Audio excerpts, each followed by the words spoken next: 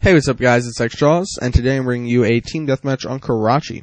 Today I'm going to be using the kill streak setup 8, 9, 11, and I'm going to be going into a pretty detailed explanation of why I'm using my gun, and my perks, and my kill streaks. Like I just told you, they're pretty high, and they're kind of an ambitious kill streak setup, but I'll explain it all.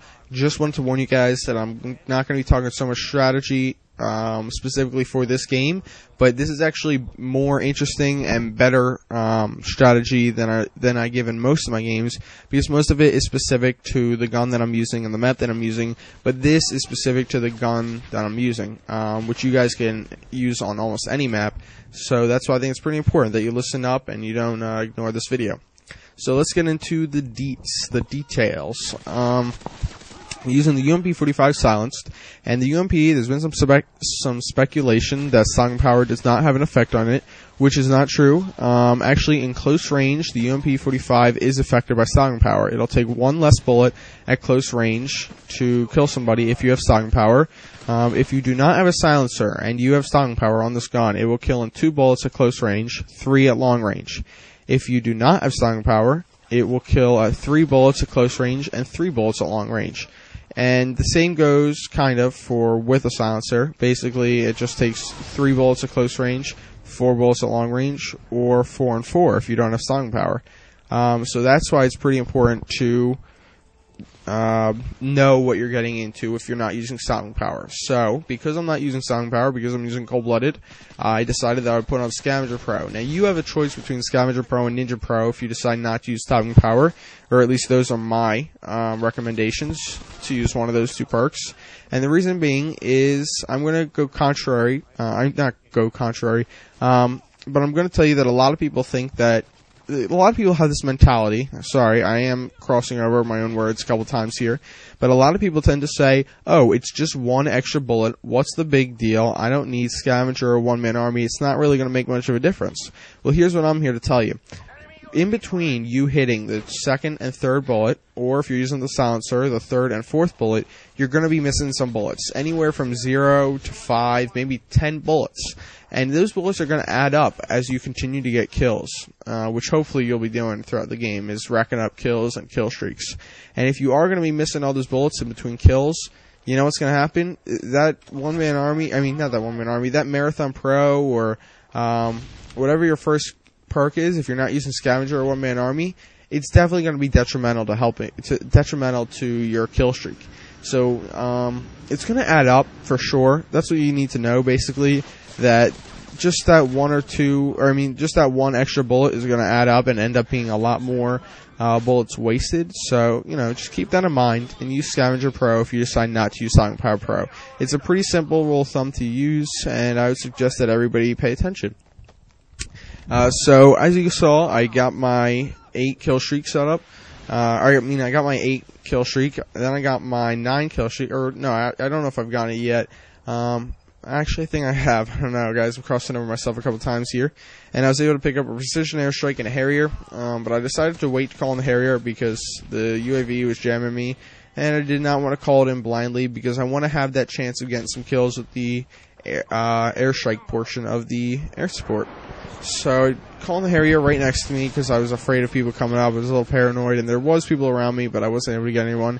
And this right here, that was pretty upsetting to me because I saw that guy right there as I called in the chopper gunner.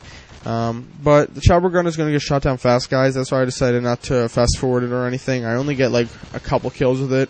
Then it gets shot down, and the same goes for my Harrier and my Pavlo, unfortunately. As you can see, these guys are already shooting Stinger missiles at me.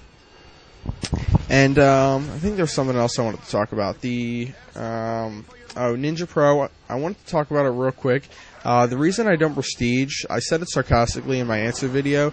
You guys said, why don't I prestige? And I answered sarcastically because I'd never used 5 classes in a single game. But the real reason, I'm going to be straight up and honest with you guys, is because I cannot go from level 1 to 30 without my Ninja Pro. And that's right, I call it my Ninja Pro because it's my baby, and I need it, and I love it, and there's nothing better in this world. There's no perk in this game that is better than Ninja Pro, in my opinion. If I could only have 1 perk in this entire game, Ninja Pro would for sure be it.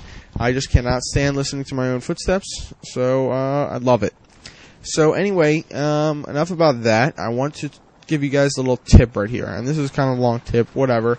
It's about drop shotting, and there's been, some fuss and some muss around what drop shotting is exactly. Not really about what it is exactly, but people who use it.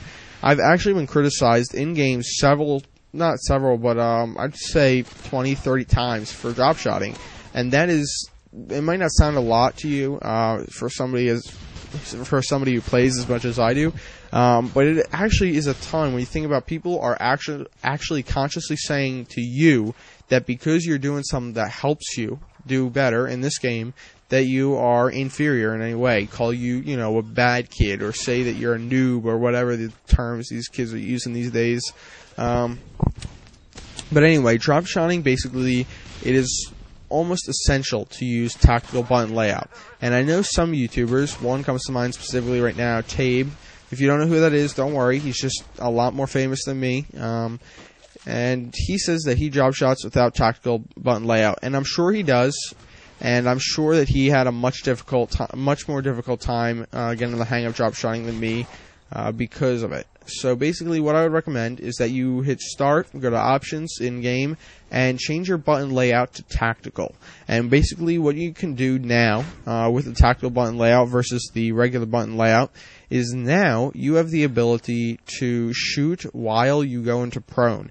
And you couldn't do that before because you would have your while you're shooting, you wouldn't be able to move the analog stick to move around the map, like look around while you're shooting, and also press down the B button.